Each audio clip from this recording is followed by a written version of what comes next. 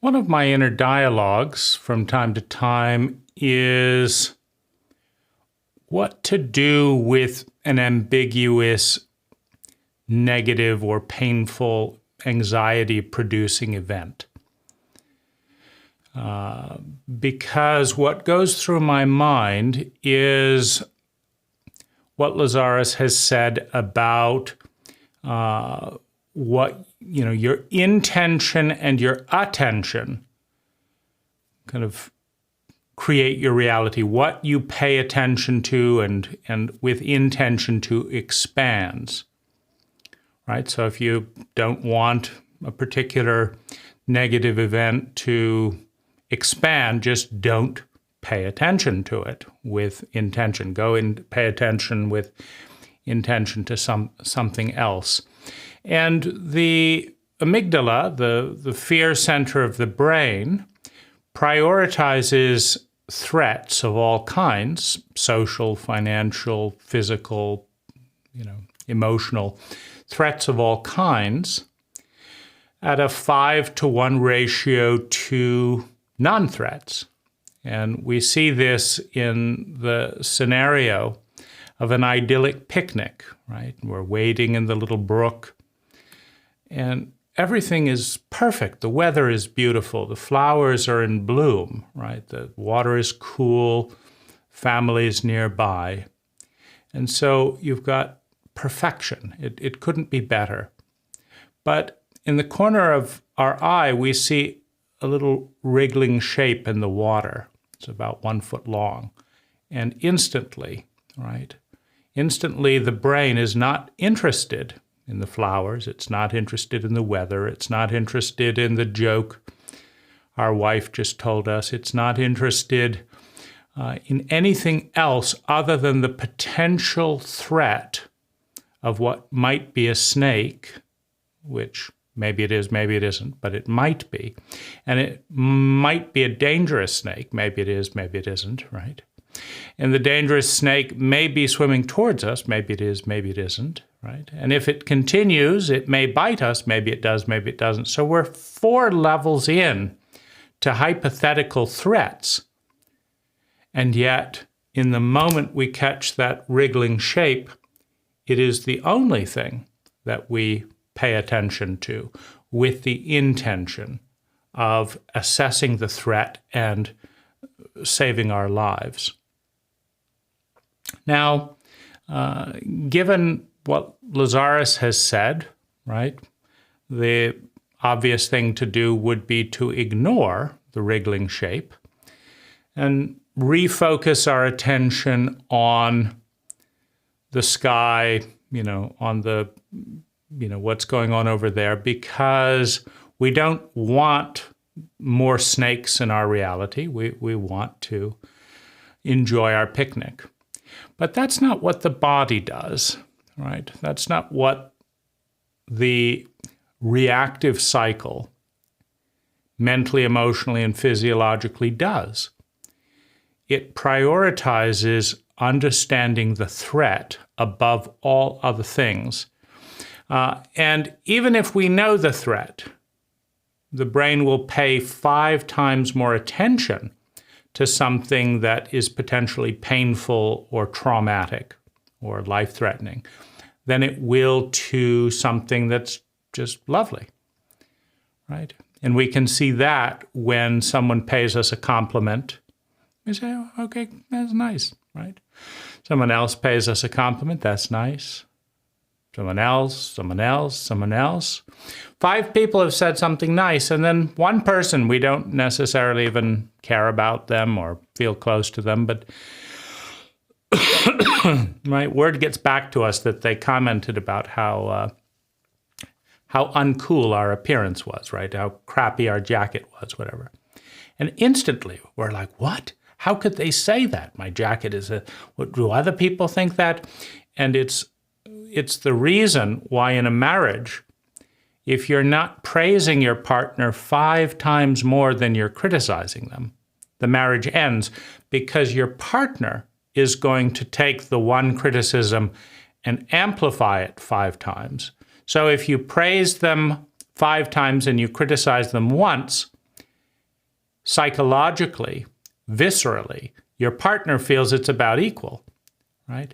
If you praise them 10 times and you criticize them once, well, then you've got a little bit of investment, but it's not 2 to 1. You praise twice, you criticize one. That's not the ratio. Well, this is also, I think, the challenge with the lecture protocol, because 99% of everything Lazaris has said is monologue. It's not dialogue. And even when there's a conversation, Lazaris does 97% of the talking in the conversation, right? And that's done based on the supposition that Lazaris and what they have to say is more valuable, more useful than, whatever it is the person conversing has to say, right? And that's supported by, well, why are you paying your friend to talk to you, right? And so there's lots of built-in, suppositions that elevate, the Lazaris, right, and diminish the other person on the other side, right? It's a very vertical relationship because Lazaris talks to people when it's convenient for Jach and Lazaris, not when it's convenient for, the other person. So, I was thinking, as my mind, right, as a young influence, my mind kind of drifts to thinking about that. And then I realize that's obviously too simplistic, right? If your finger is cut off and starts bleeding, do you redirect your attention to something else? Or do you go to the emergency room to have your fingertip reattached and stop the bleeding? Well, if you give your full attention to the wound with intention of healing the wound, but it's all focused up on the wound, well then shouldn't you expect more complications than if you just focused on something positive, like, well, isn't it great? Yes, my fingertip did come off. Yeah, there it is. But, isn't it wonderful? The rest of the hand is still there, right? Life is good, right? The rest of the hand is still there. We haven't chopped off the hand, right? Just a tiny little bit, right? The body, 95% of the body is still there, right? Let's go have a drink. Let's do this, right? Let's, look at the bright side. So obviously, Lazaris says what you give attention to with attention grows. But then Lazaris covers himself by saying all beliefs are false, so pick the ones that work, right? So that kind of opens things up. But then on the other side, Lazaris says, listen to the whispers before they become shouts, right? If you don't listen to the whispers, they get a little bit louder. If you don't listen to that, they become shouts, right? And then your fault is you didn't pay attention to the problem, to the crisis, and there it is, it's blown up, right? And so, this is the complete opposite direction. What to do, right? What to do? Do you say, forget about Lazaris, let's just do what works? Do you say, because that's consistent with what Lazaris says, do you say that what you give attention to with intention gets bigger? I don't want the wound to get bigger, so I'm going to turn attention to something else, right? Or do I say, listen to the whispers before they become shouts, i.e., repair the finger immediately before you have to amputate the arm or get an infection, that kind of thing. So, obviously that's all covered in do whatever works. And in the case of a broken, you cut off the tip of your finger with a circular saw, what works is to get the bit of the finger, wrap it up, rush to the ER and see if they can salvage the tip of the finger, disinfect the wound, stop the bleeding, and anesthetize the pain, right? And then once you've given full attention with intention, you can then, turn your attention to something else because you're pain-free, you've done everything that you can, you have a clear protocol, and now you can turn to something else. So if you want a finger, if you want to be pain-free, that's what works, right? So then, ignoring what Lazaris says about attention and intention, ignoring what Lazaris says about listening to the whispers, and just saying, everything we've ever said is false, all beliefs, and everything that we say is a belief, right? You believe us because we said it, and we said that we know a lot, and you believed that, and so now you believe the other things that we said, right? But they're all false. So pick the things that work, right? So, right? So which is it, right? And this leads to a larger picture because, right,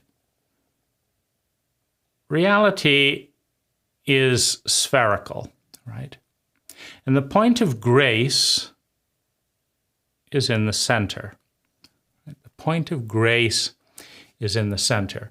Now, most of us are not in the center.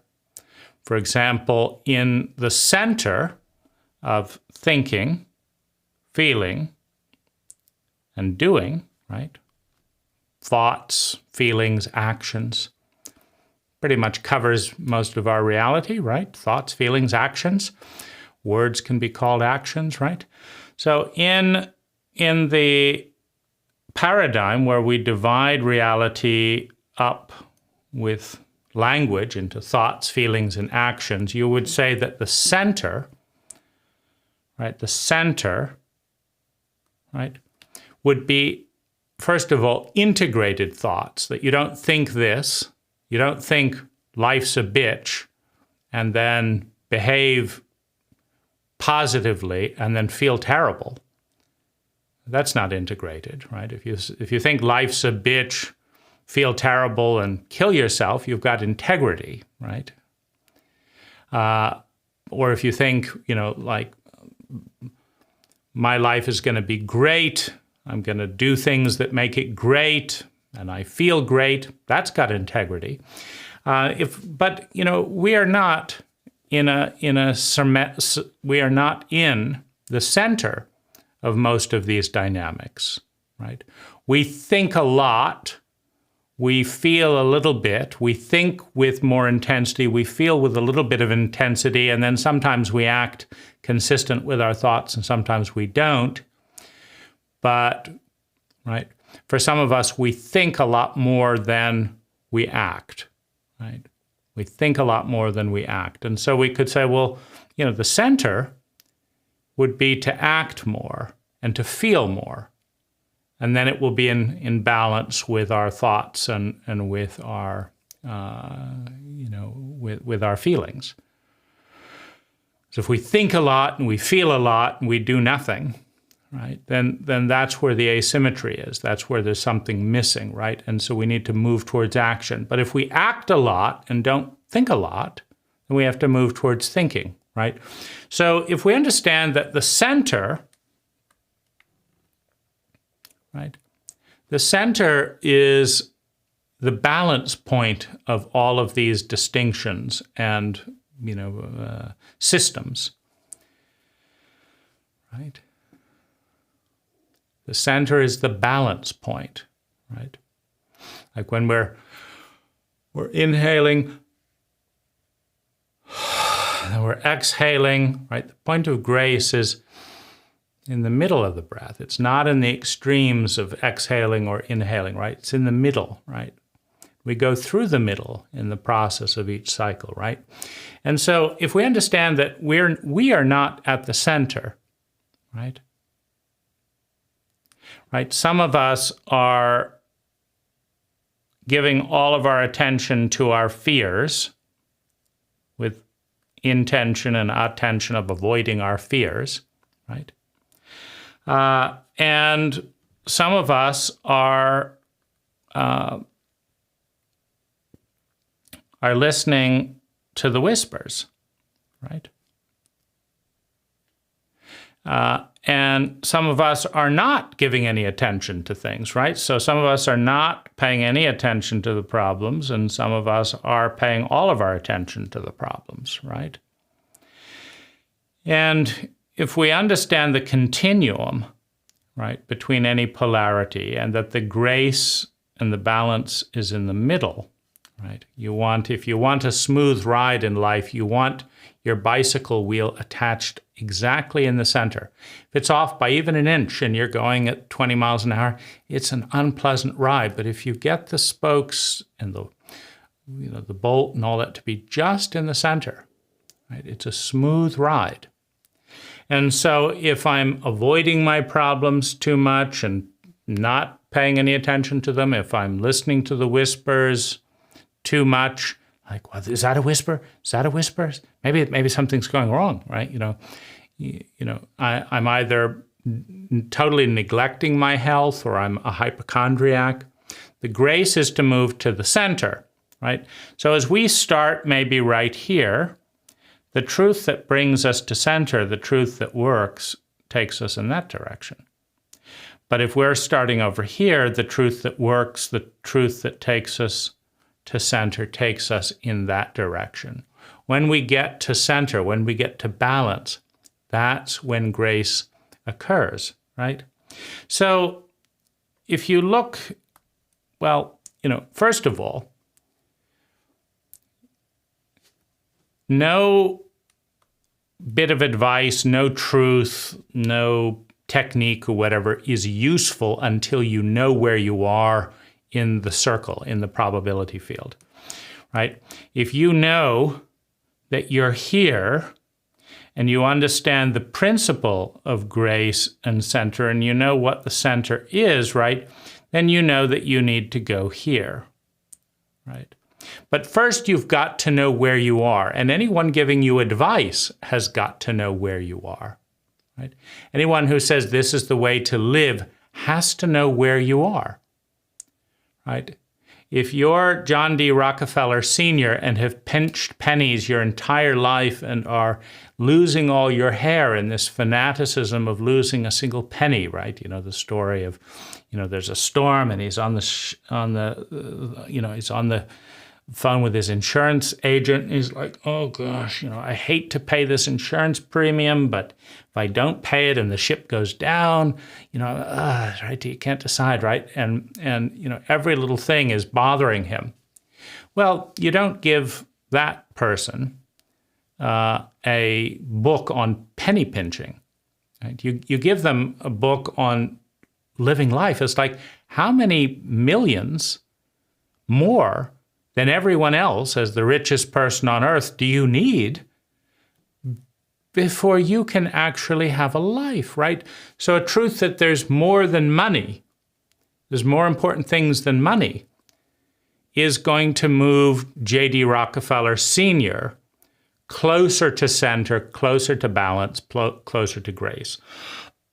Now, on the other hand, right, if you are a New Age hippie with no money and high credit card debt, who believes that the universe will just take care of good people, right? I'm a good person. I'll focus on living a good life and the money will come to me, right? Hopefully before my credit card. And meanwhile, right, it's an abundant world. And doesn't that hat look cute, Doesn't that have, I've got to have that hat, right? Well, giving that person a book on financial management, the high cost of compound interest rate and penny pinching, is going to move them closer to center than allowing them to go bankrupt and max out all their credit cards and wonder why the universe isn't taking care of me, right? And so you would move in the direction of John D. Rockefeller. Now, with, quote, teachers, gurus, you name it, that are dealing with, or authors in general, publishers of material, they don't know where the people they're selling their material to are on the map, right? On the map between I never listen to anyone to I just look from guru to guru and I don't do anything unless my guru tells me what to do, right? So that's a continuum. And I don't know whether someone is broke and in high debt or in, a billionaire looking for philanthropic activities. I don't know if someone is incredibly lonely and has anxiety disorder from attachment disorder, or is surrounded by friends, many of them destructive, and they could use some thinning in their friendships and increase the quality and focus. So when you just scatter information out there, you either make a default assumption based, which is often the case, like someone like myself who's had a lot of anxiety and fear much of my life, might just assume, the whole world is like me, and so address trying to help people by telling them how to be less, fearful, right? Or we could do something that, like Lazaris does, and just say the opposite of everything, right? Listen to the whispers, don't pay attention to, with intention to negativity. And if that doesn't work, just do what works, right? Well, that pretty much covers it as well.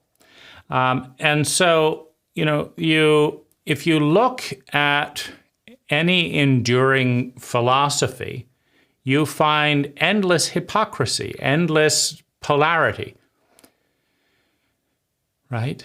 And, so if you're Christian and listening to, this thing in the Bible, that could balance this thing out, or you could listen to that to go to an extreme. But at another point in the Bible, it says the exact opposite. So which is it, right? And, ultimately, it's an invitation to start seeing, to start thinking, right? Because if you put something into specifics for a specific person, then something is either going to work or be incredibly toxic, which will be very different than if you put, if you have a different person with a very different situation where the same thing that worked for this person would be toxic, right? Too much salt, if you have no salt in your diet, will kill you. Too little salt, if you don't have enough salt in your diet, will kill you. Too much heat will kill you.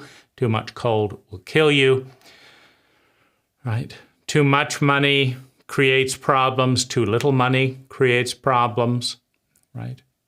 It's quite a hassle being incredibly wealthy and people knowing about it, right? And it's quite a hassle being incredibly poor and people knowing that. So, in basically, what I would say is that none of these truisms are useful unless you look at a particular person, hopefully you, at a particular area of your life, right? And then what's most useful to you is to understand the best practice that is known for moving towards center for your personality, your and your situation based on where you're starting, right?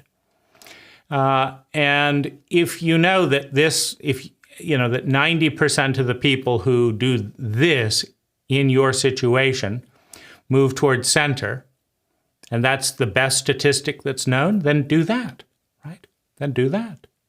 If you succeed and you have energy reserves, you may try and iterate that protocol and see, can you get it up to 95%? Can you develop a protocol that anyone in your situation could do that would be 95% effective rather than just 90%? Right? Well, that's incredibly useful. It's incredibly relevant, right? But it's not abstract. It's personal.